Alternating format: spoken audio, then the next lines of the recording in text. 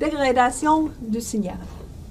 Les dégradations du signal sont nombreuses, mais je commence la première semaine de cours à spécifier une des dégradations qui est fondamentale et qui va être très importante dans nos études, comment le traiter. Donc, il y a plusieurs sources de dégradation. Il y a le bruit de quantification, comme je mentionnais déjà, la saturation de quantification. Donc, si j'ai juste 8 niveaux, il y a des excursions de temps en temps. Je peux saturer mes échantillons. Il y a les erreurs de timing ou de jig. Donc, que l'horloge n'est pas parfaite et je ne suis pas centré nécessairement à un bon moment d'échantillonnage. Le bruit de canal, il y a le bruit thermique. Ça, c'est le bruit qui vient des composants électroniques qui génèrent un bruit thermique avec une distribution gaussienne. Donc, c'est un bruit qu'on ne peut pas contourner, c'est dans tous nos systèmes électroniques. Il y a aussi l'interférence. Par exemple, dans un système cellulaire, il y a une station de base, plein de mobiles autour, et avec ces communications, ça se peut qu'il y ait d'interférence d'une voie de communication à l'autre. Donc, plein de choses intéressantes. C'est ce que nous allons faire dans le cours ici, c'est surtout de parler de le bruit thermique. Le bruit thermique, parce que c'est ce qu'on appelle le bruit additif gaussien, que nous avons déjà discuté un peu. Donc, c'est certain que la grosse majorité de cours est centrée sur un système qui adresse le bruit thermique. Mais le deuxième, le plus important, c'est l'interférence intersymbole. Donc, ça, c'est un peu différent. C'est ce qu'on a vu dans les autres situations. Donc, je vais en parler aujourd'hui. Et c'est une chose que nous allons toujours essayer d'éviter. Et des fois, on va essayer de la contourner. Donc, pendant le cours, différents chapitres, nous allons adresser cette interférence intersymbole. Donc, je pense que ça vaut la peine de commencer tout de suite, première semaine de cours, de discuter c'est quoi l'origine de ce bruit et comment est-ce c'est quoi les impacts. Donc, encore une fois, on va concentrer sur le bruit canal dans le bruit thermique et l'interférence intersymbole. Nous allons aborder maintenant l'interférence intersymbole. Donc, l'interférence intersymbole, elle arrive à la propagation des impulsions. J'ai des impulsions une après l'autre, bits une après l'autre, RZ, NRZ, c'est pas important, c'est une séquence des impulsions qui est envoyée. Deux observations. Le temps de signal est toujours limité. J'envoie l'information mardi matin à 9 h. C'est fini à 10 h. Donc, le signal est limité en temps dans ce sens-là. Le canal, par exemple, la voie de communication, finalement sont des composants physiques et ils ont une certaine bande passante disponible, n'est pas infinie. Donc, cette bande passante limitée et le signal est limité en temps. Donc, un est limité en fréquence, l'autre est limité en temps. Mais nous avons des cours d'analyse des signaux. On a vu que dès qu'un signal est limité en temps, ça veut dire qu'il y a toujours un support infini dans le domaine fréquentiel. Donc, qu'est-ce que ça veut dire? Dans le temps limité, une impulsion. Impulsion, temps limité. Pour le canal, c'est un circuit physique. Si je regarde dans le domaine fréquentiel, il y a une certaine bande passante. Pour le pertorsidé, c'est quelques kilohertz. Pour le câble coaxial, c'est quelques mégahertz. Pour le fibre optique, c'est des terahertz. Mais c'est toujours limité. Il y a une certaine bande fréquente qui est passée et d'autres qui sont coupées.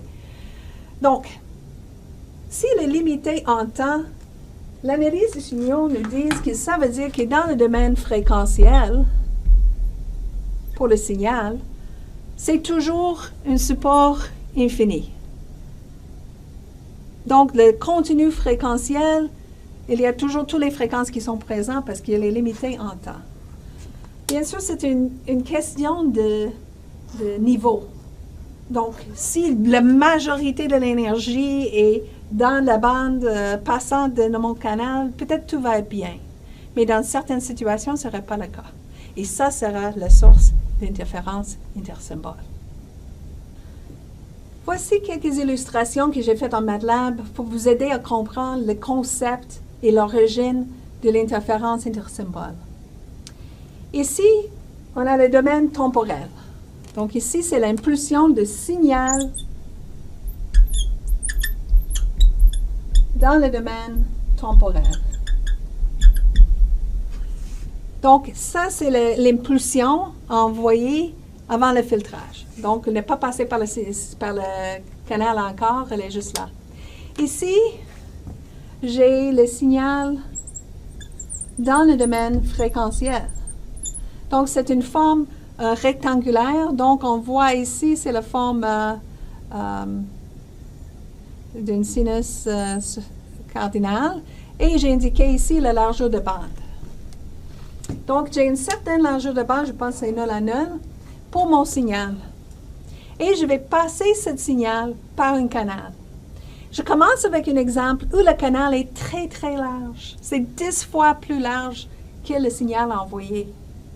Donc ici, la largeur de bande du canal, c'est un canal qui a une bande réponse en fréquence parfait, passe-bas parfait, donc rectangulaire. Et une fois que ce signal passe par ce filtre, voici le résultat après filtrage. Il y a un peu d'oscillation, mais en gros, l'impulsion occupe le même temps après filtrage qu'avant le filtrage. C'est parce que le filtrage est tellement large qu'il n'y a presque pas d'effet de tout sur le signal. C'est certain que les lobes secondaires très, très loin, le 6e, 7e, ils sont coupés, mais il y a très, très peu d'énergie. Donc, même s'ils sont coupés pendant la transmission, la distorsion est minimale. Un petit peu d'oscillation. Donc, pas d'interférence intersymbole dans cette situation parce que, malgré que c'est vrai que le signal a un support infini, le canal est assez large que ce support infini, c'est négligeable. Maintenant, on passe à un exemple où la largeur du canal est de même ordre de grandeur que le signal. Donc, ici, j'ai la forme rectangulaire pour le canal et on voit que ça couvre exactement le lobe principal du signal. À ce moment-là, il y a un peu plus de distorsion introduite parce que les lobes secondaires sont un peu plus importants qui sont coupés par le canal. Donc, on commence à voir des excursions de l'impulsion qui dépassent le temps d'une bit. Donc, normalement, le rectangle ici de transmission de mon impulsion est doit être nul ici, mais au lieu d'être nul, il y a des petits lobes secondaires qui sont produits. Ils sont produits au cause de cet effet d'avoir passé par un canal qui n'est pas assez large. Donc, imagine qu'on continue la même idée et maintenant, c'est la moitié de la largeur de bande du signal. Donc, maintenant, la moitié de même le lobe primaire est coupé par ce passage par un canal. À ce moment-là, voici le résultat dans le domaine temporel après le filtrage. On peut voir qu'ils ont des échos importants qui sont hors de l'intervalle original de transmission. Donc, en bleu, c'était nul. Et après ça, dans ce petit intervalle de temps, j'avais une impulsion envoyée. Mais au cause de bande passante limitée de mon canal, rendu au récepteur, le signal est beaucoup plus large qu'il était temporellement, beaucoup plus large qu'il était à l'envoi. Donc, il y a un étalement de l'impulsion à cause d'un filtrage qui n'est pas assez large. Donc, la distorsion introduite par passer par un canal qui n'est pas assez large, c'est sur une impulsion, c'est d'étirer l'impulsion. Et ici, c'est l'exemple encore plus extrême où il y a juste 10% de bande passante qui est couvert par le canal. Et ici, on peut voir l'étirement, c'est encore ridicule.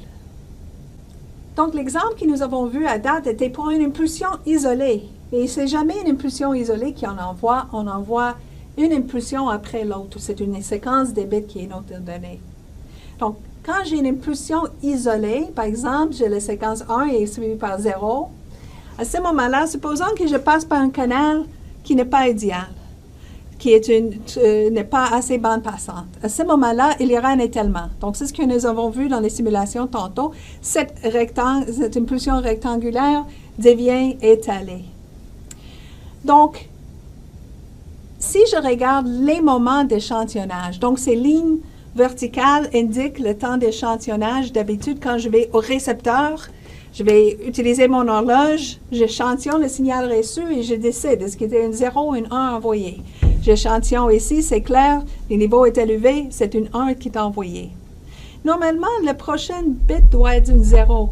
Donc, je dois être ici à 0, mais au lieu d'être à 0, il y a l'énergie qui reste de l'impulsion précédente qui va nuire à la réception de cette bit à cause d'une interférence. C'est une interférence qui vient des autres symboles. Donc, c'est la séquence à moi. Ce n'est pas une interférence, ce n'est pas un autre téléphone cellulaire qui embarque dans la même plage fréquentielle et qui cause l'interférence. Non, non, non. C'est mon signal qui nuit à mes communications. Parce que le bit ici précédente, il n'est pas fini quand le prochain bit commence. Donc, ici, on voit avec les séquences 1, 0, 0, mais imagine que nous avons différents. Qu'est-ce qui arrive à différents bits qui sont suivis par l'autre? Bien sûr, ce sera la superposition. Donc, j'aurai cette impulsion. Il n'y a pas d'impulsion ici parce que c'est unipolaire, il n'y a rien envoyé. Et il y aura une autre impulsion, impulsion. Donc, c'est ça qui envoie si on a considéré une impulsion isolée, mais bien sûr, c'est la superposition de toutes ces impulsions qui va être au récepteur. Donc, ici, c'est la forme de superposition et c'est ça le signal qui est reçu. Donc, au lieu d'avoir, c'est ce qui est envoyé ici, où il est très clair, 1 suivi par 0, suivi par 1, ici, ça devient beaucoup plus mou. Et ça, c'est sans le bruit. Ça, c'est juste l'effet d'interférence intersymbole. Donc, avec l'interférence intersymbole, c'est encore empiré quand j'imagine qu'il y a du bruit autour de ces valeurs. Donc, cette introduction était juste pour vous montrer qu'il y aura des circonstances qui sont reliées simplement à notre besoin d'envoyer l'information par la voie d'une communication qui est limitée, qui va faire une sorte de dégradation du signal. Et on peut dire, mais c'est facile, on va juste l'envoyer par une voie de communication qui est assez large. Sauf que dans notre société, on veut toujours envoyer l'information plus vite. On veut avoir une réponse plus rapide pour faire le download d'une page web sur notre téléphone cellulaire, etc. Donc, on a le marché qui force toujours d'envoyer l'information plus vite. Donc, envoyer plus vite, même si on n'a pas plus de largeur de bande, ça va arriver à cette situation. Donc, nous allons parler pendant le cours de comment éviter ce problème, comment d'avoir des signaux qui sont formatés d'une manière très efficace. Et deuxièmement, c'est quoi la complexité, c'est quoi le traitement signal qu'on peut ajouter pour retourner d'une situation compensée pour cet effet. Donc, juste une dernière illustration. Ça, c'est juste une autre manière de voir exactement la même chose qu'on a vu ici. Juste une autre graphique pour essayer de comprendre ce concept.